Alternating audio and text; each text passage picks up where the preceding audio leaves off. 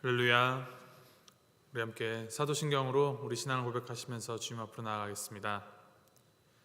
전능하사 천지를 만드신 하나님 아버지를 내가 믿사오며 그 외아들 우리 주 예수 그리스도를 믿사오니 이는 성령으로 잉태하사 동정녀 마리아에게 나시고 본디오 빌라도에게 고난을 받으사 십자가에 못 박혀 죽으시고 장사한 지 사흘 만에 죽은 자 가운데서 다시 살아나시며 하늘에 오르사 전능하신 하나님 우편에 앉아 계시다가 저리로서 산자와 중자를 심판하러 오시리라.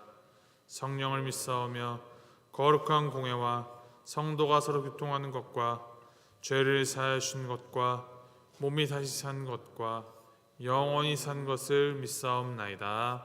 아멘. 함께 찬송가 29장 함께 찬양하시겠습니다. 찬송가 29장 성도여다 함께 찬양하시겠습니다.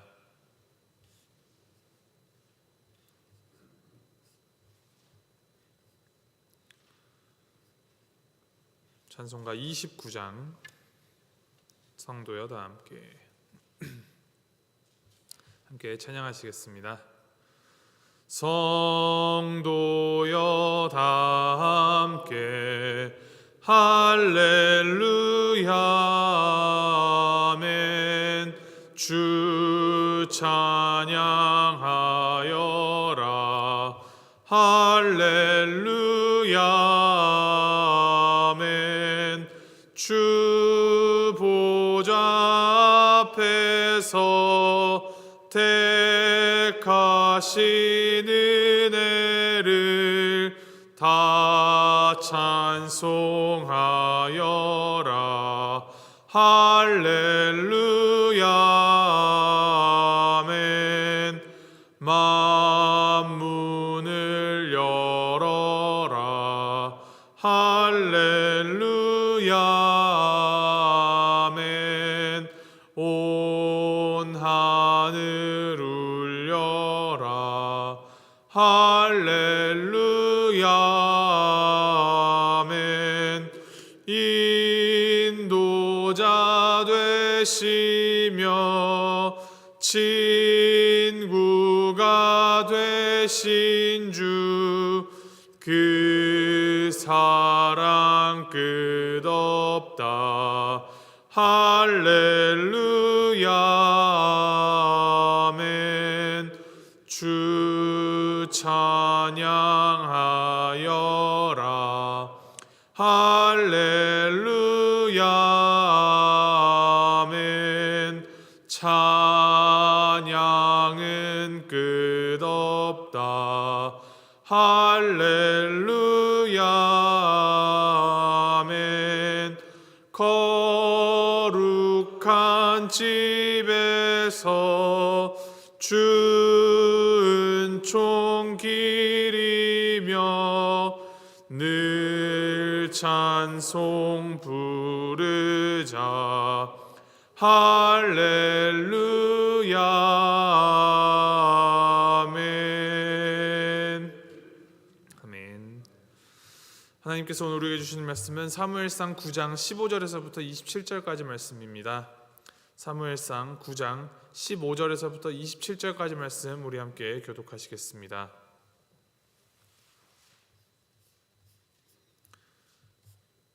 사무엘상 9장 15절에서부터 27절까지 말씀, 제가 15절 말씀 먼저 읽도록 하겠습니다. 사울이 오기 전날에 여호와께서 사무엘에게 알게 하여 이르시되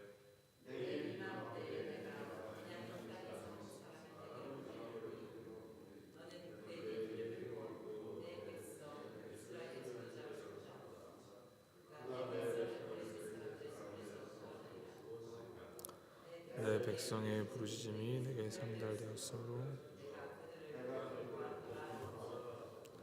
사무엘이 사울을 볼 때에 여호와께서 그에게 이르시되 보라 이는 내가 내게 말한 사람이니 이가 내 백성을 다스리리라 하시니라.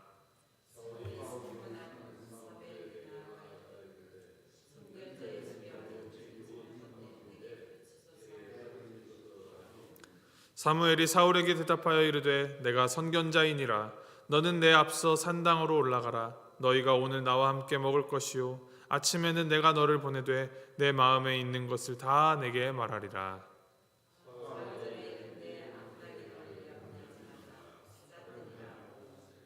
온 이스라엘이 사모한 자가 누구냐? 너와 내 집 아버지의 온 집이.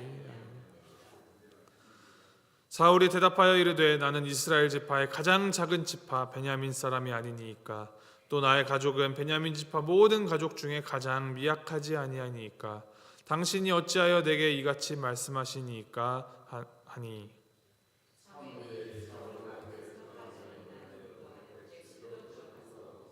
청한 자 중 상석이 함께 하였는데 사무엘이 요리인에게 이르되 내가 내게 주며 내게 두라고 말한 그 부분을 가져오라.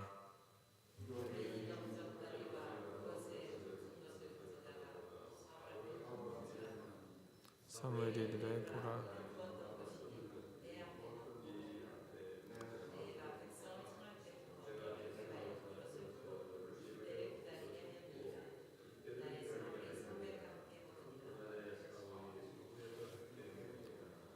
그들이 산당에서 내려 성읍에 들어가서는 사무엘이 사울과 함께 지붕에서 담화하고 일찍 일어날새 동틀 때쯤이라.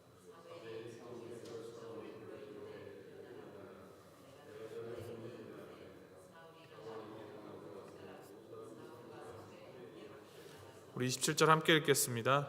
성읍 끝에 이름에 사무엘이 사울에게 이르되 사안에게 우리를 앞서게 하라 하니라. 사완이 앞서감으로 또 이르되 너는 이제 잠깐 서 있으라. 내가 하나님의 말씀을 내게 들려주리라 하더라. 이스라엘의 역사에서 아주 중대한 전환점이 되는 말씀이 바로 이 사무엘상 9장입니다. 이 이스라엘 민족의 나라의 이제 권력 구조가 바뀌는 이 시점에 하나님께서는 오늘 말씀을 통하여서 어떤 사람을 어떻게 왕으로 세우셨는지에 대하여 말씀하여 주십니다. 오늘 본문 말씀 이전 14절까지를 보면 사울은 아비의 이 잃어버린 암나귀를 찾기 위해서 길을 떠났다가 사무엘을 만나게 됩니다. 어떻게 보면 이 잃어버린 나귀를 찾는다라는 너무나 평범하고 일상적인 일을 통하여서 자신의 일생에 엄청난 사건을 경험하게 되는 것입니다. 물론 모세처럼 불이 붙었으나 타지 않는 그 떨기나무 가운데 부르신 것처럼 특별하고도 초자연적인 방법으로 우리를 부르시고 인도하시기도 하시지만 하나님께서는 이 나귀를 찾는 것과 같이 아주 평범한 일상 속에서도 우리를 부르십니다. 아주 특별한 기적과 같은 일이 일어나야만 하나님의 인도하심을 받는 것이 아니라는 말입니다. 나귀를 잃어버린 것과 그것을 찾으러 나간 그 일은 즐거운 일일 수는 없겠지만 하나님께서는 이 사건을 사용하셔서 사울을 사무엘에게로 인도하시고 또 사무엘은 그 전날 하나님의 그 지시하심을 받고 사울에게 기름을 부어 왕으로 세우십니다. 하나님을 잘 모르고 하나님을 믿지 않는 사람들에게는 이러한 일련의 사건들을 보고 우연이다라고 생각하고 말지도 모르겠습니다. 그러나 어떤 한 유행가의 가사처럼 우리의 만남은 우연이 아니야. 하나님은 절대로 우연히 어쩌다가로 일하시지 않습니다. 믿음의 사람들은 일상 속에서 살아계신 그 하나님의 섭리의 손길을 보게 됩니다. 오늘 본문 말씀만 보더라도 사울이 왕으로 세움을 입기까지 하나님께서 얼마나 세밀하게 세심하게 간섭하시는지를 보이고 있습니다. 사울이 사무엘을 만나러 오기까지도 세심하게 인도하셨고 사무엘에게 사울이 올 것임을 분명히 말씀하시어서 그가 이스라엘의 왕으로 기름 부음 받을 자임을 명확하게 하셨습니다. 이러한 하나님의 섭리가 비단 사울에게만 일어난 일이겠습니까? 우리의 일상에도 우연이라 불릴 수 있는 그 수많은 사건들 가운데에서도 하나님의 완전하시고 그 자비로우신 섭리하심과 인도하심이 중단되지 않고 날마다 일어나고 있습니다. 그것을 믿고 붙들고 그 손을 의지하여 살아가는 것이 진정한 하나님을 믿는 믿음 안의 삶의 모습입니다. 이러한 믿음 안의 삶을 살아가는 자의 마음가짐, 태도는 어떠해야 할까요? 21절 말씀 제가 다시 한번 읽어드립니다. 사울이 대답하여 이르되 나는 이스라엘 지파의 가장 작은 지파 베냐민 사람이 아니니까 또 나의 가족은 베냐민 지파 모든 가족 중에 가장 미약하지 아니하니까 당신이 어찌하여 내게 이같이 말씀하시나이까. 이 당시 베냐민 지파의 상황을 보면 사사기 마지막에 불의한 일로 다른 지파들과 전쟁을 벌인 후 거의 전멸 가까이까지 간 상황입니다. 시기적으로 그 전쟁이 있은 지 약 200년가량 지났을 것으로 추정하지만 여전히 다른 지파에 비해 아주 작고 힘이 없었을 것이 분명합니다. 민족 간의 분열을 일으켰던 삐뚤어지고 못난 지파, 그로 인하여 벌을 받아 가장 힘이 없고 신뢰가 가지 않는 베냐민 지파 중에서도 사울의 가족은 가장 미약하다 합니다. 이 말은 그가 겸손을 떠느라 하는 말이 아니라 실제적으로 그의 가족이 그렇게 힘이 없고 모자랐음을 보이는 말입니다. 중요한 것은 그 모든 가문의 위신과 자신의 상황이 역전되어서 이제 힘과 권력, 명예의 정점인 이제 왕이 될 것이라는 말 앞에서 내가 미약하고 내가 자격이 없고 내가 가장 작은 자임을 되새기고 잊지 않고 그 고백으로 살아가야 한다는 것입니다. 크신 하나님 앞에서 내가 얼마나 작은지를 보며 나의 작음 때문이 아닌 하나님의 크심이 역사하시고 인도하여 나가실 것을 신뢰하며 나아가는 것이 바로 믿는 자의 삶의 태도여야 합니다. 사실 얼마나 떨리고 두려웠겠습니까? 하루아침에 모든 책임을 맡는 왕이 된다는 말이에요. 그래서 하나님께서는 사무엘을 통하여서 조금씩 그를 높여가십니다. 사무엘이 사울을 산당으로 데리고 들어가서 미리 준비한 식사에 참여하도록 합니다. 한 30여 명 정도가 초청된 그 자리에서 사무엘은 사울을 인도하여 객실에 들어가 초대석에서 가장 높은 상석에 앉히고 그 자리가 사울을 위한 자리임을 밝힙니다.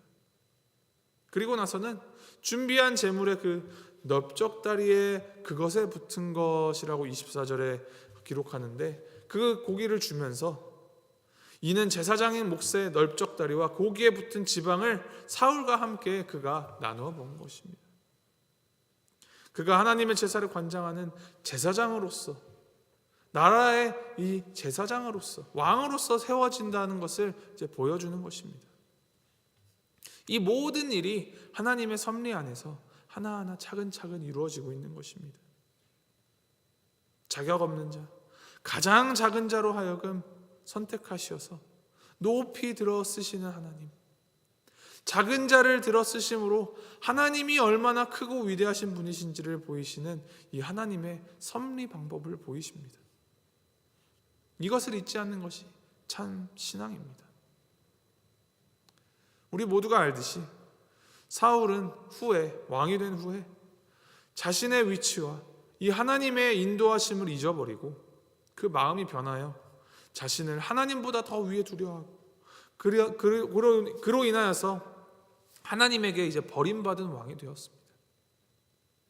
만약 사울이 처음 그와 같은 마음을 잃지 않고 살았더라면, 만일 아버지가 나귀를 찾아오라고 그 사환과 함께 보냈을 때 아무 불평도 하지 않고 순종하고 행했던 그 자신의 모습을 하나님 앞에서도 오랫동안 간직했더라면 이스라엘의 역사가 달리 쓰여졌을지도 모르겠습니다.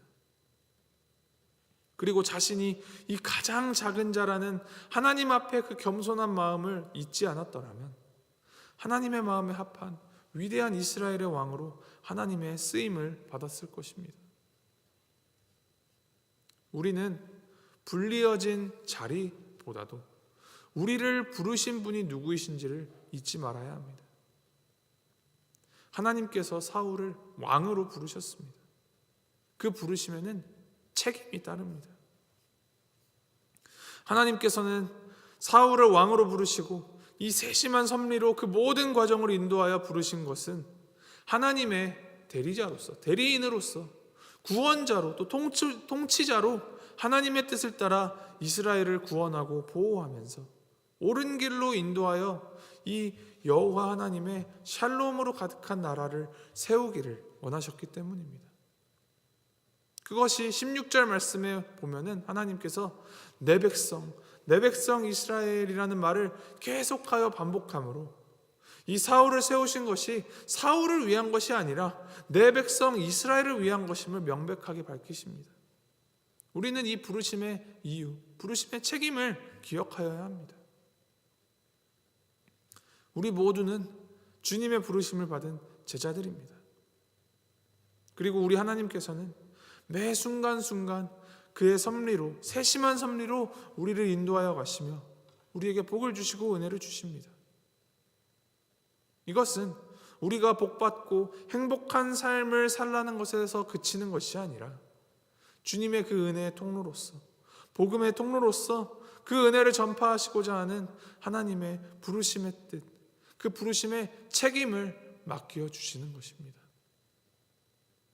이것을 기억하시면서 이 하나님의 부르심에 합당한 크신 하나님을 기억하며 겸손하게 하나님께서 우리에게 맡기신 그 책임에 성실함과 진실함으로 오늘 하루도 최선을 다하여 살아가는 우리 모두가 되기를 주님의 이름으로 소망하고 축복합니다.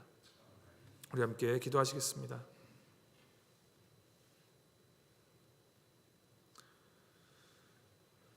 하나님 아버지, 한 줌 흙에 불과한 우리에게 생기를 불어넣어 주시고 하나님의 섭리 가운데 오늘 이 순간까지 살 수 있도록 인도하여 주시니 감사드립니다.